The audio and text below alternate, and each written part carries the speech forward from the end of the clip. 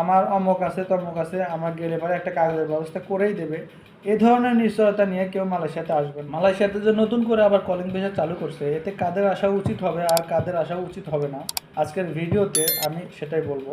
আপনাদেরকে বুঝিয়ে দেওয়ার চেষ্টা করব যে যদি আপনি মালয়েশিয়াতে আসার উপযুক্ত হয়ে থাকেন তাহলেই আপনি মালয়েশিয়াতে আসবেন, আর যদি উপযুক্ত না হয়ে থাকেন তাহলে মালয়েশিয়াতে আসার দরকার নেই। কেন মালয়েশিয়াতে আসার দরকার নেই সেটাও বলবো। তো দেখেন, বিগত দিনে কলিংয়ে 2021 সালের যে কলিং ভিসা হলো 21 না 21 থেকে 22-23 পর্যন্ত যে কলিং ভিসাটা চালু ছিল, তো সেখানে অনেক মানুষ ঢুকছে মালয়েশিয়াতে, প্রায় 3-4 লাখ মানুষ ঢুকেছে। তো জানেন, আপনারা হয়তো বা জানেন যে বিগত দিনে যে লোকগুলো ঢুকেছে, এটা হচ্ছে কলিং ভিসা, প্লান্টেশন ভিসা, বিভিন্ন সেক্টরের বিষয়ে কিন্তু মালয়েশিয়াতে কলিং ভিসায় ঢুকেছে। এখন যে নতুন করে যে কলিং ভিসাটা চালু করছে সেটা হচ্ছে পাম বাগানের ভিসা, প্লান্টেশন ভিসা। যারা পাম বাগানে কাজ করবে শুধুমাত্র তারাই আসতে পারবে। নতুন যে কলিং ভিসা চালু করেছে বর্তমানে 24 সালে, এটা আমি বিগত 2-3 দিন যাবৎ এই ভিডিও বা এই নিউজগুলো আমি বিভিন্ন নিউজ চ্যানেলে দেখতে পাচ্ছি। মালয়েশিয়ার নিউজ চ্যানেলে, তারপরে বাংলাদেশি অনেক নিউজ চ্যানেলে এই সম্প্রচারটা প্রচার করা হচ্ছে। আসলে কাদের আসা উচিত হবে সেটাই বলবো আর আমি। দেখেন, আগে যারা এই মালয়েশিয়াতে ঢুকেছে ওই আগের কলিংয়ে, কনস্ট্রাকশন সাইটে, তারপরে পাম বাগানে, সার্ভিস সেক্টরে, তো তাদের মধ্যে অনেকেই আছে কিন্তু এখনও কাজ পায়নি। কেন কাজ পায়নি? দেখেন, পরিমাণ মতো লোকের চাহিদা যতটুকু ছিল তার সাথে অধিক পরিমাণের লোক কিন্তু মালয়েশিয়াতে ঢুকেছে, এজন্য আর কি অনেক লোক আছে যারা এখনও কাজ পায়নি। যাদের আত্মীয় আছে, নিকটস্থ যাদের আত্মীয় আছে, তারাই কিন্তু কম বেশি কাজকাম করতে পারতেছে।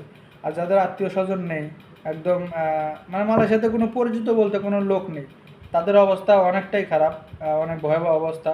যদি কোনো আপনার পার্শ্ববর্তী এলাকায় যদি কেউ থেকে থাকে তাহলে হয়তো আপনি খোঁজ নিয়ে দেখতে পারবেন যে যাদের আত্মীয় স্বজন নেই তারা কিন্তু অনেক বিপদের মধ্যে আছে, মানে কোনো কাজ কামই পাইতেছে না আর কি।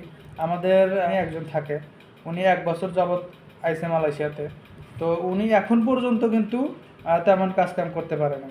শুধুমাত্র 1 মাস না 2 মাস কাজ করেছে 1 বছরের মধ্যে। তাহলে চিন্তা করেন যাদের আত্মীয় স্বজন নেই তাদের কি অবস্থা। আর এই এই বিদেশে যদি আত্মীয় স্বজন না থাকে তাহলে অনেক খারাপ অবস্থা হবে।